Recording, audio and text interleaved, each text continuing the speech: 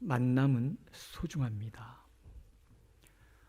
좋은 사람들과의 만남, 좋은 스승과의 만남, 아름다운 자연과의 만남, 또 좋은 책과의 만남. 우리의 만남이 수많은 만남으로 점철되는데 그 만남 하나하나는 그것이 긍정적이든 부정적이든, 긍정적인 것은 긍정적인 대로, 부정적인 것은 부정적인 대로 소중합니다. 그러나 무엇보다도 우리의 만남에 가장 소중한 것은 하나님과의 만남이 됩니다. 하나님을 만나는 순간 우리의 삶이 달라지기 때문에 그렇지요. 땅의 삶에서 하늘의 삶으로, 육의 삶에서 영의 삶으로, 죽음과 저주의 삶에서 생명과 복됨으로의 삶으로의 변환, 이것이 우리가 하나님과의 만남을 소중하게 생각하는 이유가 됩니다. 오늘 예레미야가 하나님께 부름을 받습니다. 하나님과의 만남의 사건을 통해서 그는 선지자로, 하나님의 말씀의 종으로 온 세상에 하나님의 말씀을 전하는 자로 부름을 받습니다. 하나님께 부름받는다는 것은 굉장히 영광스러우면서도 또한 두려운 일이죠. 우리는 예레미야가 부름받는 순간을 통해서 우리를 향하신 하나님의 부르심의 의미를 배울 수 있습니다. 첫 번째, 하나님은 부르실 때 분명한 계획 속에서 부르신다는 것을 우리가 깨닫게 되지요. 5절에 보면 내가 너를 모태에 짓기 전에 너를 알았고 내가 배에서 나오기 전에 너를 성별하였고 너를 여러 나라의 선지자로 세웠노라. 하나님이 이렇게 말씀을 하십니다. 모태에 짓기 전에, 내가 배에서 나오기 전에 이미 하나님께서는 택하셨고 구별하여 세웠다라는 거예요. 무엇으로? 여러 나라의 선지자로. 하나님의 부르심을 인식하기 훨씬 전부터 하나님은 나를 주목하고 계셨고 나를 향한 계획을 세우고 계셨다라는 거죠. 숙명이 아니라 내가 바로 하나님의 창조의 계획 가운데 존재하며 내가 맡은 역할은 우주의 통치자 되신 하나님의 중요한 부분이라는 뜻입니다. 내가 꽤나 중요한 존재라는 사실, 하신 그것이 우리를 얼마나 신나게 하는지 모릅니다. 우주의 창조자 되시고 통치자 되신 하나님께서 나를 그저 이 땅에 보내신 것이 아니라 하나님의 그 전능하심과 또 하나님의 그 명료하신 그 계획 속에 나를 이 땅에 보내시고 부르시고 세워나가신다는 것. 이것은 우리에게 영광이고 기쁨이 됩니다. 하지만 그러한 부르심의 자리에 서 있음에도 불구하고 우리는 늘 부족한 나를 보게 되지요. 예레미야가 이렇게 하나님 앞에 고백합니다. 내가 이르되 슬프도소이다. 주 여호와여 보소서, 나는 아이라 말할 줄을 알지 못합니다. 나는 아이라, 이 말은 나는 부족합니다.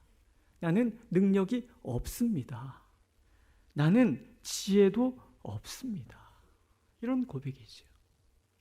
스스로 자만심에 빠져 있지 않는 한 이것은 비단 선지자만의 고백은 아닐 것이라는 거예요. 우리 모두의 마음이 하나님 앞에서 그렇습니다. 아유, 하나님, 내가 뭐라고요? 나는 능력도 없고요, 지혜도 없고요, 가진 것도 없고요. 나는 부족합니다. 이 사명 다른 사람이 하면 안 되겠습니까? 이런 생각을 우리가 종종 품지 않겠습니까? 그러나 하나님께서는 가장 중요한 것은 내가 나를 어떻게 보느냐가 아니라 하나님께서 나를 어떻게 보느냐가 중요하다고 말씀하고 계신다라는 거예요. 하나님이 이어서 말씀하시지요. 너는 아이라 말하지 말고 내가 너를 누구에게 보내든지 너는 가며 내가 네게 무엇을 명령하든지 너는 말할지니라. 너는 아이라 하지 말라. 왜요? 하나님께서 나를 아이로 보지 않으시기 때문에 그래.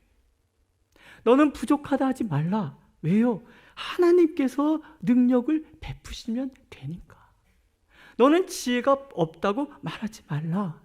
왜냐하면 지혜의 근원 되신 하나님께서 나의 지혜가 되면 되니까. 나는 그저 순종만 하면 되는 거예요. 이 모습 이대로, 부족하면 부족한 대로, 어리석으면 어리석은 대로, 그저 하나님의 부르심 앞에 네, 저를 보내소서 제가 가겠나이다. 그러면 하나님께서 기뻐하신다라는 거예요. 오늘도 하나님, 우리가 그 하나님의 부르심 앞에 내 모습 이대로 그저 사용하여 주옵소서. 그렇게 나가기를 원하십니다. 왜냐하면 나는 하나님 앞에서 너무나 소중하고 귀한 하나님의 사람이기 때문에 그렇습니다. 두 번째로 부르심에는 언제나 분명한 목적이 있다라는 거예요. 무의미한 존재는 이 땅에 존재하지 않습니다. 무의미한 삶 또한 이 땅에 존재하지 않습니다. 왜냐하면 하나님께서는 나라는 존재 자체에 하나님의 의미를 담으시고 하나님의 목적을 담으셔서 이 땅에 보내셨기 때문에 그렇습니다. 하나님께서 예레미야에게 부여하신 사명을 보십시오. 내가 오늘 너를 여러 나라와 여러 왕국 위에 세워 내가 그것들을 뽑고 파괴하며 파멸하고 넘어뜨리며 건설하고 심게 하였느니라. 예레미야에게 분명한 목적을 부여하시는 거예요. 나는 아이라고 생각하는 참으로 연약한 예레미야인데 하나님께서는 예레미야에게 너는 왕국을 세울 것이다. 뽑고 파괴하고 파멸하고 넘어뜨리고 건설하고 심게 하는 사람이 될 것이다. 이 어마어마한 일을 얘기하고 계신다라는 거예요. 우리 청소년의 시기를 정체성 확립의 시기라고 말을 하지요. 정체성 확립이라는 것은 내가 누구인지, 내가 무엇을 해야 하는 존재인지를 발견하는 시간들이라는 그런 뜻입니다.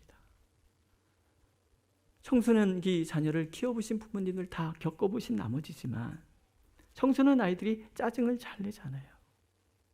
내가 알아서 한다니까. 애들이 제일 많이 하는 얘기가 그 얘기예요. 내가 알아서 한다니까. 근데 어때요? 내가 알아서 한다고 하면서 결국은 중요한 순간에 아빠 어떻게 해야 돼요? 엄마 어떻게 해야 돼요? 그러잖아요. 그런데 그런 과정을 지나가면서 내가 알아서 한다니까요? 아빠 어떻게 해요? 내가 알아서 한다니까요? 엄마 어떻게 해요? 이 과정이 반복되면서 점점 아이가 자기 스스로 자신의 삶을 알아서 하는 아이들로 변해 가잖아요. 다 겪으신 나머지지요. 신앙의 사춘기도 그렇다라는 거예요. 어렸던 신앙이 자라가면서 하나님 앞에서의 나의 존재 의미를 찾기 시작합니다. 때로 하나님 앞에 내가 내 인생 알아서 살아갈 테니 내버려 두시지요. 그러다가도 하나님 어찌하면 좋습니까? 내가 알아서 살아간다니까요. 하나님 어찌하면 좋습니까? 이게 왔다 갔다 반복하면서 우리의 신앙의 부침을 통하여 내 스스로가 하나님 앞에 의미 있는 존재로 거듭나기 시작한다라는, 그걸 소명이라고 얘기합니다. 이 부침의 과정을 겪은 사람만이 하나님 앞에서의 소명을 찾아갈 수 있다라는 거예요. 교회도 마찬가지. 바울 서신을 통해서 하나님 주신 말씀을 한번 들어보세요. 그를 만물 위에 교회의 머리로 삼으셨느니라. 교회는 그의 몸이니 만물 안에서 만물을 충만케 하시는 이의 충만함이니라. 교회의 의미에 대한 이야기지요. 먼저 예수 그리스도는 교회의 머리가 되십니다. 또 우리가 한 몸에 많은 지체를 가졌으나 모든 지체가 같은 기능을 가진 것이 아니니 이와 같이 우리 많은 사람이 그리스도 안에서 한 몸이 되어 서로 지체가 되었느니라.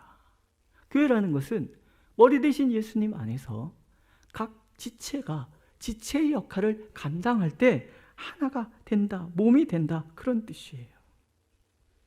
또 그는 머리니 곧 그리스도라. 그에게서 온몸이 각 마디를 통하여 도움을 받음으로 연결되고 결합되어 각 지체의 분량대로 역사하여 그 몸을 자라게 하며 사랑 안에서 스스로 세우느니라. 머리 대신 예수 그리스도의 지시에 따라서 움직이는 지체들, 이것이 교회라는 거예요.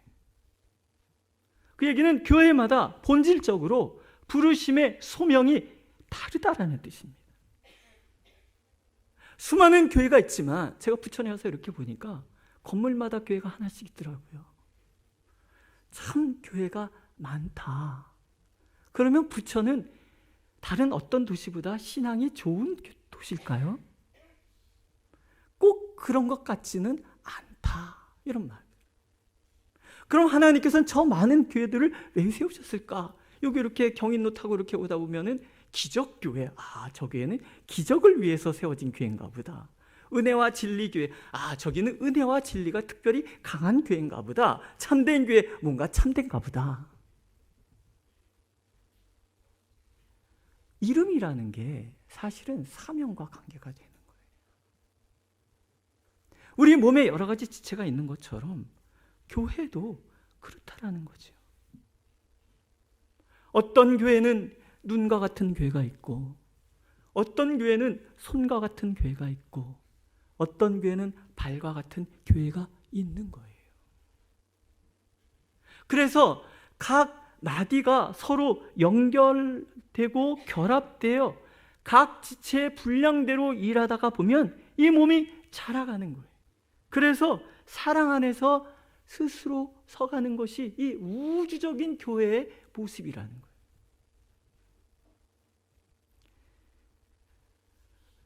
종종 성도님들을 통해서 박찬하 목사님께서 숲을 이루는 교회, 그것이 참된 교회의 사명이다라는 얘기를 제가 들었습니다. 분립이라는 것이 그냥 교회 하나 세우는 것이 아니라는 것을 그 말에 담고 있지 않을까, 저는 그런 생각을 하는 거예요. 53개 교회를 분립을 했지만 그 교회마다 특징이 있는 거죠. 어떤 교회는 눈의 사명을 가져야 되고, 어떤 교회는 귀의 사명을 가져야 되고, 어떤 교회는 그래서 특별히 기도가 강한 교회가 되고, 어떤 교회는 전도가 강한 교회가 되고, 어떤 교회는 선교가 강한 교회가 되고, 어떤 교회는 교육이 강한 교회가 되고, 어떤 교회는 섬김이 강한 교회가 되고, 그래서 교회 하나가 존재하는 것이 아니라 여러 교회가 분립해서 전체 교회가 건강한 교회로 세워져 가는 거, 제 나름 해석인 거예요. 숲을 이루는 교회라는 것이 그런 것이 아니겠는가.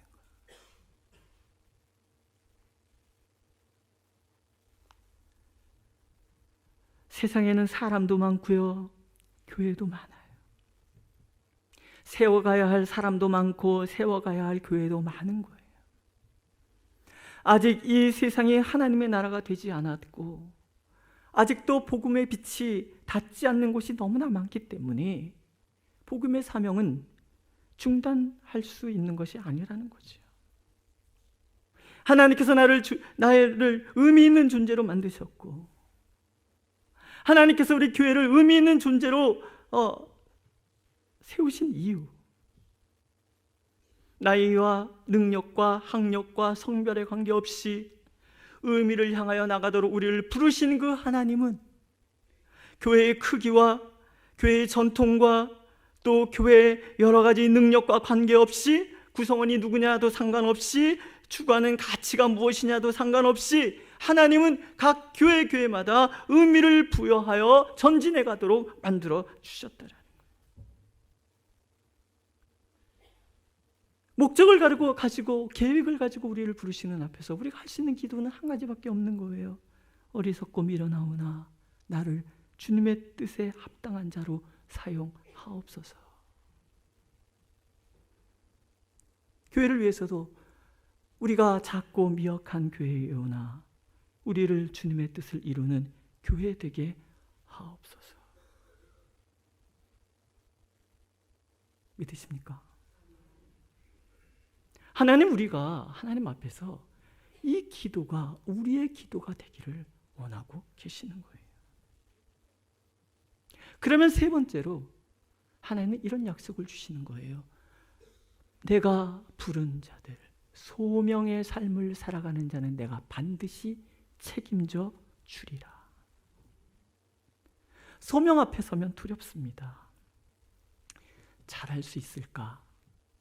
잘 못하면 어쩌지? 어려움이 닥치면, 사람들이 나를 인정하지 않으면 어떡하지? 오늘 우리 김 집사님이 기도 중에 저에 대한 기도가 자그마치 3문장이나 나오더라고요.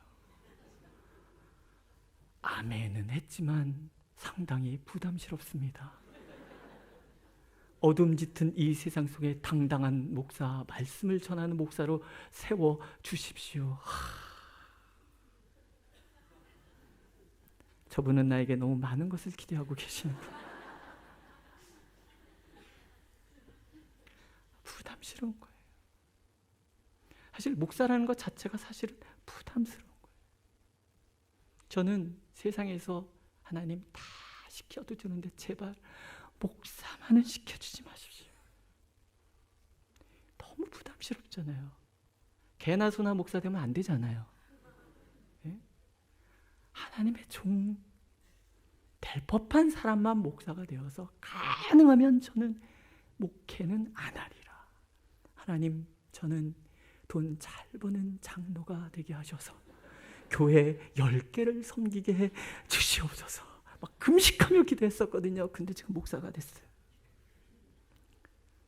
슬프고도 어렵지만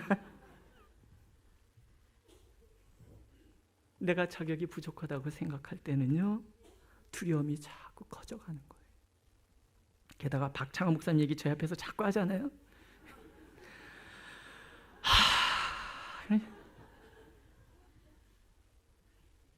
그렇습니다. 제 심정이 그렇습니다. 근데요, 예레미야도 그랬던 것 같아요. 아니, 하나님께서 웬만한 사망을 주셨어야 말이죠. 열방에 하나님의 책망과 심판과 분노의 말씀을 전해야 되는 종으로 세우셨다 하니 나는 어린아이라고 생각하는데 얼마나 부담스러웠겠냐는 얘기지요. 근데 하나님이 약속을 하시네요. 8절 보세요. 너는 그들 때문에 두려워하지 말라. 내가 너와 함께하여 너를 구원하리라. 17절에 보면 그러므로 너는 내 허리를 동이고 일어나 내가 내게 명령한 바를 다 그들에게 말하라. 그들 때문에 두려워하지 말라. 내가 그들 앞에서 두려움을 당하지 않게 하리라. 예레미야가 무슨 마음을 먹고 있는지를 하나님은 다 알고 계시는 거예요. 그 마음 아시고 이런 말씀 주시니 그저 감사할 따름이잖아요. 하나님은 보고 계시는 거예요. 예레미야 마음 가득 두려움이 꽉 차 있다는 것을 보고 계시는 거예요. 마찬가지로 하나님은 오늘 우리의 마음도 보고 계시는 거예요. 우리의 마음의 두려움, 우리의 마음의 외로움, 우리의 마음의 쓸쓸함, 우리의 마음의 억울함, 분노 다 보고 계시는 거예요. 우리의 마음의 자리에 무엇이 있는지를 살피시고 우리의 마음을 아시기 때문에 가장 필요한 것이 무엇인지를 아신다는 거예요. 우리의 능력이 부족해도, 환경이 협조를 하지 않아도, 심지어 대적들이 우리의 앞을 가로막고 서 있다 할지라도 하나님만 바라보라는 거예요. 그러면 더 이상 두려워할 것이 없다고 하나님은 말씀을 들려주고 계신 거예요. 18절을 보세요. 보라, 내가 오늘 너를 그 온 땅과 유다 왕들과 그 지도자들과 그 제사장들과 그 땅 백성 앞에 견고한 성읍 쇠기둥 노성벽이 되게 하였은즉 그들이 너를 치나 너를 이기지 못하리니 이는 내가 너와 함께하여 너를 구원할 것임이니라. 여호와의 말이니라. 이 도장 찍는 거예요. 여호와의 말이니라. 이건 누구도 거역할 수 없는 그런 말씀이라는 뜻이에요. 뭐라 그러십니까? 너를 내가 견고한 성읍 되게 할 것이다. 내가 너를 쇠기둥으로 만들어 줄 것이다. 내가 너를 노성벽으로 만들 것이다. 모두 단단함을 묘사하는 말들이잖아요. 하나님께서 함께 하시는 사람은 견고한 성읍, 쇠기둥, 노성벽 같은 사람이 되는 거예요. 하나님이 함께 하시는 교회는 견고한 성읍, 쇠기둥, 노성벽 같은 교회가 되는 거예요. 어떤 경우에도 견고하고 어떤 경우에도 흔들리지 않는 그런 존재가 되는 거예요. 여호와의 말이니라. 하나님이 그렇게 하시면 그렇게 되는 거예요. 믿으십니까? 너희들이 참된 교회 된다 그러면 참된 교회 되는 거예요.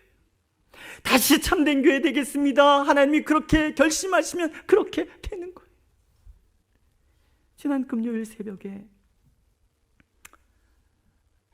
참 사람들도 많이 나오지 않은 그 새벽에 제가 아주 굉장히 중요한 말씀을 전했거든요. 아까워서 또 한 번 전합니다. 그래서 제가 목요일부터 하나님의 이름에 대해서 말씀을 묵상하기 시작을 했어요. 성경에 나오는 두 번째 하나님의 이름이 엘리온이에요. 엘은 하나님이라는 뜻이고 엘리온이라는 말은 지극히 높은이라는 뜻을 갖고 계세요. 하나님이 우리에게 다가오셔서 지극히 높은 하나님이라고 당신을 계시하신다. 살레망 멜기세덱이 아브라함을 축복하는 말이에요. 너는 복을 받을 것이다. 누구에게? 엘리온이신 하나님께. 지극히 높아서 더 이상 높을 수 없는 그분이 축복하는 거예요. 그러면 복이 임하는 거예요. 엘리온이라는 말에는요, 마음을 먹으면 누구도 막을 수 없다라는 뜻을 가지고 있어요. 땅의 모든 사람들을 없는 것 같이 여기시며 하늘의 군대에게든지 땅의 사람에게든지 그는 자기 뜻대로 행하시나니 그의 손을 금하든지 혹시 이르기를 내가 무엇을 하느냐고 할 자가 아무도 없도다. 이게 하나님이신 거예요. 하나님이 무엇을 하는데 왜 그거 하세요? 라고 말할 수 있는 존재가 이 땅에 존재하지 않는다는 거예요. 두 번째, 마음 먹으신 일은 반드시 이루시는 분이시라는 뜻이에요. 너희는 옛적 일을 기억하라. 나는 하나님이라 나 외에 다른 이가 없느니라. 내가 시초부터 종말을 알리며 아직 이루지 아니한 일을 옛적부터 보이고 이루기를 나의 뜻이 설 것이니 내가 나의 모든 기뻐하는 것을 이루리라 하였노라. 내가 말하였은즉 반드시 이룰 것이요 계획하였은즉 반드시 시행하리라. 이게 전능하신 하나님, 이게 지존하신 하나님인 거예요. 세 번째, 하나님의 허락 없이는 그 무엇도 움직일 수 없다는 뜻이기도 해요. 해 뜨는 곳에서든지 지는 곳에서든지 나밖에 다른 이가 없는 줄을 알게 하리라. 나는 여호와라. 다른 이가 없느니라. 나는 빛도 짓고 어둠도 창조하며 평안도 짓고 환난도 창조하나니 나는 여호와라. 이 모든 일들을 행하는 자니라 하였노라. 빛과 어둠, 평안과 환난, 심지어는 사단의 존재까지도 하나님의 허락 없이는 입도 뻥끗할 수 없게 하시는 분, 그게 바로 지존하신 하나님인 거예요. 중요한 것은 이 지극히 높으신 하나님께서 그 부르신 자들, 소명자들을 위하여 일하신다라는 거예요. 소명을 감당하기를 원하는 교회를 위해서 일하신다라는 거예요. 그렇기 때문에 소명받은 사람은 죽지 않아요. 무너지지도 않아요. 대적에게 함몰되지도 않아요. 하나님의 소명을 감당하는 교회는 무너지지 않아요. 대적이 건드릴 수도 없어요. 하나님께서 견고한 성읍, 쇠기둥, 노선벽 만들어주기 때문에 아무도 대적할 수 없다라는 거예요. 하나님께서 나와 우리와 함께 하신다면 누가 막을 수 있겠습니까? 어떤 대적이 우리 앞에 존재할 수 있겠습니까? 이런 기도할 수 있지요. 주여, 제가 두려움을 직면하면서 사명을 향하여 전진하게 하옵소서. 누구에게든지 주님이 보내시는 자리에 내가 선다면 주님께서 내 입술을 주장하시고 내 마음과 지혜와 내 능력을 주장하실 줄 믿습니다. 하나님, 이게 우리의 기도가 되기를 원하시는 거예요. 그럼 이제 우리에게 남은 건 뭐예요? 분연히 일어서는 일만 남은 거예요. 주님이 명령하시는 그 자리에 주님이 주신 사명을 가슴에 품고 주님을 의지하여 서는 거예요. 그러면 주님은 내 앞에서 일을 행하시고 내 뒤에서 나를 지켜주심으로 나를 인도해 가실 거라는 거예요. 소명을 완수하게 해 주실 거라는 거예요. 바울 사도가 마지막 순교했던 그 곳에 가서 그가 마지막 걸어갔던 그 길을 이렇게 쳐다보고 서 있었던 적이 있어요. 그가 마지막에 이런 얘기를 하지요. 나의 달려갈 길을, 나의 선한 싸움을 싸우고 나의 달려갈 길을 마쳤으니. 도대체 이 남자는 어떻게 살았기에 마지막 순간에 이리도 당당하게 나는 나의 달려갈 길을 타였다고 고백할 수 있었을까? 하나님, 이 사내가 저는 너무나 부럽습니다. 제가 마지막 주님 앞에 서는 그날 저도 당당하게 나의 달려갈 길을 타였습니다라고 고백할 수 있으면 얼마나 좋을까요? 오늘도 하나님은 우리가 그렇게 하나님 앞에 당당하게 달려가고 당당하게 하나님, 내가 나의 달려갈 길을 타였습니다라고 고백하는 삶을 살기를 원하십니다. 의미 없는 삶처럼 불행한 것은 없습니다. 자신이 누군지도 모르고 세상에 취해 세상의 성공만 바라보고 사는 것만큼 슬프고 안타까운 것은 없습니다. 오늘 하나님께서 우리가 의미 있는 존재임을 알기를 원하십니다. 그리고 하나님의 그 부르심의 자리에 기꺼이 서기를 원하십니다. 나를 부르신 하나님, 나를 세우신 그 하나님이 우리의 달려갈 길을 다할 때까지 함께 하시고 나의 그런 나를 바라보며 기뻐하고 노래하리라, 그렇게 말씀하고 계십니다. 하나님을 만나셨습니까? 하나님의 부르심의 자리에 지금 서 계십니까? 하나님, 오늘도 우리가 그렇게 주님을 만나고 주님이 주시는 그 사명과 주님과 동행하는 그 시간을 살아내는 우리가 되기를 간절히 원하고 계십니다. 기도하겠습니다.